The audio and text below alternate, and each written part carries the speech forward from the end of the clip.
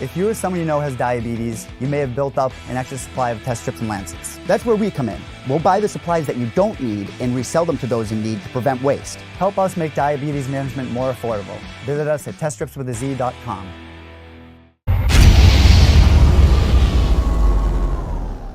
All right, back on the show is a man who will be back in the Octagon April 13th in Atlanta, Georgia, UFC 236. He will take on Khalil Rountree. Can't see how this one isn't going to be a firefight, ladies and gentlemen. Your boy, Eryk Anders, is here. How are you, sir? Hey, I'm doing awesome. And yourself? I'm doing great. First thing I got to ask, everyone is aware of your football background and accomplishments. Me being from Massachusetts, I have to know, I got to gloat a little bit. Patriots win another Super Bowl a few weeks back. What are your thoughts on the game, the win, and another title for the Pats? And I have a feeling I know where you're going to go with this. Man, I was just glad to see that the refs not, that the game wasn't put in the refs' hands. There weren't any, like tuck rule or anything like that, or like they were in the conference championship game against the Chiefs there. But, my man Dante Hightower's a linebacker. That's his third Super Bowl ring, so I couldn't be more happier for him. Yeah, listen, I am the first one, even as a Patriots fan, to say that this whole dynasty began essentially on that tuck rule. I think it's a bullcrap call against the Raiders in that Snow Bowl game. I thought that was a fumble. I thought the Patriots should have lost that game, but I'll take it the way we can get it. But, a lot of people thought that game sucked and it was really boring because it was such a defensive struggle. You having, that football background and those accolades, did you enjoy the game or did you think it was boring yourself? Man, I enjoyed the game. It's such an offensive and pass-happy league that, that's what the fans have grown accustomed to. But, I like the defensive chess match and, the way the defenses were playing. They were each team was after the quarterbacks. And, I don't think that the Rams had a first down until the second half. So, and the game was still close. I think whenever you hold the Patriots to 3 points, or 7 points. I can't remember what the score was at halftime or into the fourth quarter. I thought it was a pretty good game. And, that's something that, no other team in the league throughout the whole season was able to do. So, no more victories, but to me, it was a good game. Yeah, I liked it, man. It was like watching a heavyweight UFC fight. Two guys throwing bombs. One's going to land eventually, just who is going to land it first. I was just waiting for that moment to happen, and that's kind of how that game worked for me. Plus another win for me as well. One thing I do appreciate about the Patriots team is their discipline throughout. Everybody when they're, when in the beginning of the game, when they have all their stamina and they're not tired yet, everybody plays well. But, down the stretch, you just saw like the Patriots making bigger and bigger plays. Which, kind of led to the, I think Jeff threw an interception there at the end of the fourth. So, that's what kind of sealed the game for him. So let's talk about fighting now. Let's talk about you. You're getting back in there, jumping up to 205 pounds. I know you're a big guy for the 185-pound division as it was.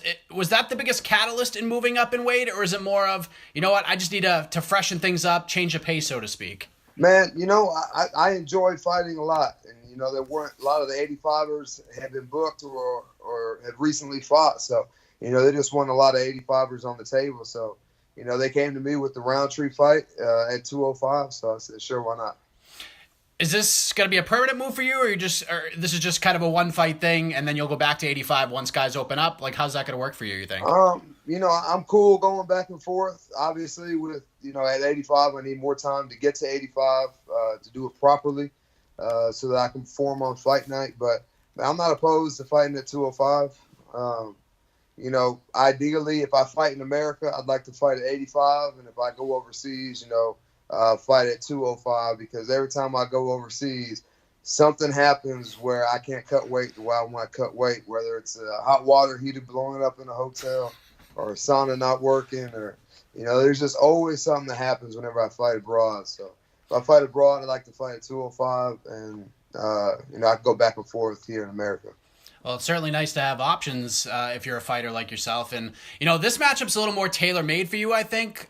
There's a little bit of bad blood between you and Elias Theodorou, but stylistically on paper, it's not the type of fight you'd prefer, at least the way I look at it. This one with Khalil, one would assume because you have good wrestling, that's going to negate anything really on the ground. So this will be more of a stand-up battle. Your kind of fight, as we've seen you accustomed to doing over the years. Is that an accurate look at things from the outside? I think we both like to strike, but it is an MMA fight. So if it ends up on the ground, I'm cool with that. But you know, uh, we both like to stand in the middle, move forward, and throw bombs. So I think that's what you can expect to see come the 13th. Coming off of Tough 23, Rountree had a little bit of a rough start, but then he got some victories under his belt. The Gokhan Saki win was the one that really sort of put him on the map, and people started to take notice of him, and then he took that loss to Johnny Walker. What are your thoughts on Khalil Rountree as an opponent and as a fighter? It's not too often I get to fight somebody in the same athletic realm that I am. And to be honest, he's probably a little bit more explosive than I am, a little bit more fast twitch. So, I think it's going to be a good athletic fight. He's certainly going to look to land his left hand. I'm going to look to land my left hand. So that's another treat for the fans. It's two lefties going at it. Something you don't typically see in MMA or boxing or combat sports as it is. So, I think the fans are really in a treat for this one.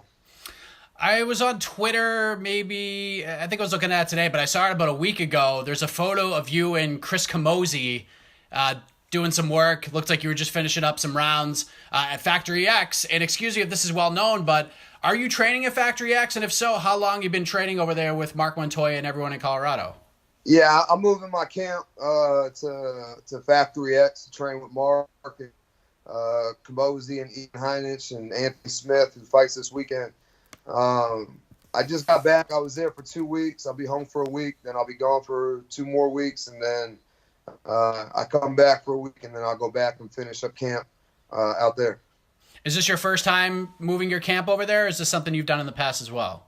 Yeah, I still have my coach, Chris Conley, in my corner.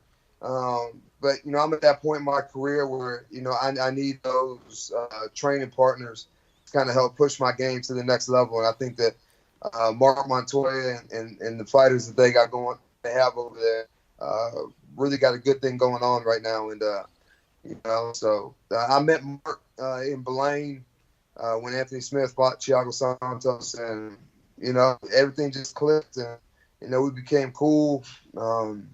Went out there for the UFC Denver, trained out there, like what they had going on. So, it's just a perfect fit for me out there. So, looking to up my game and grow and develop. I had Mark on the show last week, and just kind of picking his brain about different things. I mean, his approach, his wisdom, and there's a culture there at Factory X that I think is very contagious, at least kind of getting it from him. So what are some of the things that Mark and the team over there, I guess, have bestowed upon you since you've gotten out there and started working with those guys? Well, man, we kind of went back to square one. It's almost like it's my first time training, working on my stance, throwing strikes, balance. Really basic, back to square one. And then, we'll add to the more advanced stuff once I kind of learn his system and start to develop that way. How do you feel about being on this historic card, which will be headlined by not one, but 2 interim title fights? I mean, don't get me wrong. I'm happy a guy like Dustin Poirier is getting a shot at a belt, interim or not. And when belts are at stake, there's more money to be made for you guys and gals, the fighters. And I get all of that. But I thought we were getting away from the interim title stuff, or at least doing less of it. But you at least get to be a part of history in a strange way, right? Yeah, the whole interim thing really doesn't interest me. But those are phenomenal matchups. Max Holloway and Dustin Poirier, they did that a while ago. I think they both have grown and developed so much since then. It's not going to be the same fight, but still a high level, striking match. And I think, it's going to be a fun one to watch. And then Israel Adesanya, is fighting Gastelum. So, these are basically number one contender, fights. So I think that's on the line. I don't think any of those guys are truly interested in interim belts. But definitely, you got to win the fight to get a shot at the belt whenever Khabib gets back and whenever Whitaker gets back. So, Israel Adesanya, he's always fun to watch. I've seen him fight in person, and I was really just blown away at the level of skill that guy possesses in the way that he fights. Well, before that happens, you're going to fight Khalil Rountree on April 13th in Atlanta. New opponent, new weight class. How do you see this thing playing out? Like I said, I see us meet in the middle, exchanging, and there's just no way that I don't see this fight going to the judges at all. So, It'll be a treat for the fans. I'm very confident in my ability to get the win. Whether it's a KO, TKO, submission, whatever. You really never know how these fights are gonna, where they're gonna end up, whether it be on the ground, on the feet, against the cage, or whatever. But whatever situation it is, I'll be ready. Eryk, you and I have been talking for a while now, since really probably like not the beginning of your professional career, but just a few fights in, kind of seeing you develop from the regional promotions to the LFAs, now in the UFC, and you've had this really interesting run as of late. You had that Machida fight, which was really, really close, and if it wasn't in Brazil, I really wonder how that decision could have gone. You had the highlight reel finish over Tim Williams. You came back less than a month later for the Santos fight, and then we're right back in for Theodoro. And I guess I want to ask you, I know hindsight's 20/20 and people can talk about and have their opinions after the fact. And, I know a lot of people had some things to say when you booked the Theodoro fight. They're like, man, he's coming back too soon. But I guess I'll ask, if you could do things over again, would you? Or would you do things all over again the way you did them? Man, I think that I would do, it's hard to say that I wouldn't do what I did. One thing for sure, I'm taking that short notice Santos fight every day of the week, twice on Sunday. Regardless of the outcome, that was really for me. That was, it was fun to fight a guy that, didn't run or skirt around the outside of the cage, who wanted to stand in the middle and bang a little bit. So, those are the kind of fights I'm interested in, and that was fun for me. To be honest, maybe Machida was a little too much too soon. He was just savvy and knew how to score points, knew how to do things like that. But, man, I'm not turning down Machida ever, especially the main event. Theodoro, I still take that fight. I broke my hand in the second round, so it made it kind of difficult to put that pop and that power on, in that third round. So, I let that one get away. I have no one to blame but myself for that one. So, man, obviously, if you go back and watch any fight, win or lose, there's adjustments that you can make and strategical changes.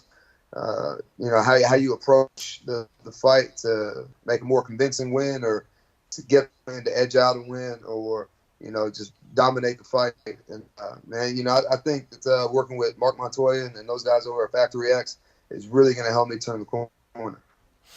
Okay, so I have to ask about this because I'll get lambasted if I don't, but you've acquired another rival as of late. A man by the name of Richard has called you out on Twitter, and a lot has happened. For those who don't know, from what I can remember, you posted a video of two kids. One kid was being a bully, the other kid essentially shut him down. This guy, Richard, then called you out on Twitter, said he would go to your gym to spar with you, videotape it, and embarrass you, and so forth and so on. What the hell is going on, man? Did you ever think you'd have a response like this by quote tweeting a video? Man, I think he's just an internet troll, man. Richard's definitely not going to show up at the gym. And if he does, he'll sign a waiver. We'll put it on YouTube and trying to monetize it that way. So, but like I said, man, I don't think he's a real person. I would be very surprised if he showed up. But also I'd be more than happy to oblige him if he did show up. Is this the first time you've ever communicated with him on Twitter, or whether this person's a real person or not? Is it the first time he's ever chimed in on anything you posted? As far as I know, it's definitely not the first time someone on Twitter, started talking trash and they beat me up. But, I just put the address and the times that I'll be there. And, these guys, it's funny how they never show up. What was more surprising, the initial call out or the list of demands he gave you the following day, which included, having to do a sincere apology tweet, donating to a charity of his choosing, apologize in your post-fight victory interview, and then you had to do an anti-bullying campaign to a bunch of schools. The saga continues. What was more surprising? Man, to be honest with you, whenever he put that up, I thought he was for real. I thought it was a real person. And then he put that on there. I was like, okay, this is definitely a troll. This person's definitely not showing up at the gym. So, I got a good laugh out of it. And I think a lot of people on Twitter enjoyed the little back and forth as well. It was fun, man. I mean, is there, this is kind of silly, but is there a part of you that is like looking over your shoulder because people are just nuts out there? As I'm sure do you think it ends with just chatter on social media, or do you really think that this person may be a little bit nuts? Yeah, no, I think it's just social media talk, and nothing's ever going to come of it. But man, to be honest, every time I'm out, hanging out with friends or somebody, and I get introduced as a UFC fighter, it never fails. I get sized up, and people always like, I'm undefeated in street fights, and this and the third. I'm just like, hey, chill, bro. I'm just here chilling. But I don't know what it is, and I people just always like to, maybe have a complex about something whenever they meet somebody who does, who fights for a living. I mean, obviously your friends and people around you are very proud of you and proud of what you've done. Do you wish that in a way they would just introduce you as, here's my buddy Eryk, instead of, here's Eryk Anders, the UFC fighter? Well, I think you should know your friends, if this guy's an idiot or has a complex, it'd be like, hey, this is my buddy Eryk. Or, if he's cool, and, it doesn't happen every time, some people are cool. It's like, oh, man, that's cool, man. Ask me questions about fighting, be inquisitive about it. But, people should just, know their friends and the people that they're introducing you to. That's true. So, I mean, obviously, if they're fans of the sport, they know who you are and they'll talk fighting with you. Sure. But if they're not really fans of the sport, they're just trying to size you up and try to be tough guys. So, I get it. Yeah, exactly. I know pro wrestlers have gone through that over the years as well. So, but lots of excitement, lots of things happening in the world of Eryk Anders, who faces Khalil Rountree, 205 pounds, April 13th, UFC 236 in Atlanta. Eryk, before we get out of here, let the folks know where to find and follow you on the web, social media, shout-outs, plugs, anything you want to get off your chest, please take the floor. And you guys can follow me Facebook, Twitter, Instagram at Eryk Anders, ERYK ANDERS. On Facebook, it's Eryk Anders MMA. Man, just thank everybody who contributes to my success, whether they be from Spartan Fitness here in Birmingham or Factory X out there in Colorado. I have an overwhelming support system here, and it just makes everything so much easier when you got to travel away from home. And things that you do to prepare for a fight. And how excited are you to fight in Atlanta, Georgia? I mean, you've obviously had some football experience in Georgia. You got to fight in Nebraska, as opposed to fighting in Brazil and Canada and all over the world. You get to fight not too far from home this time. Yeah, Atlanta's only like 2.5 hours away from the house, so it'll be good. I think that's as close to a home game as I'm gonna get. So can't beat that with a stick. So the people from the gym here in Birmingham, and I live here in Birmingham. It's not too far of a drive, so I expect a massive amount of Eryk Anders fans to be in attendance here in Atlanta. That's amazing, man. Always a pleasure, Eryk. Thank you for the time as always, and best of luck on April 13th. I appreciate you having me, brother.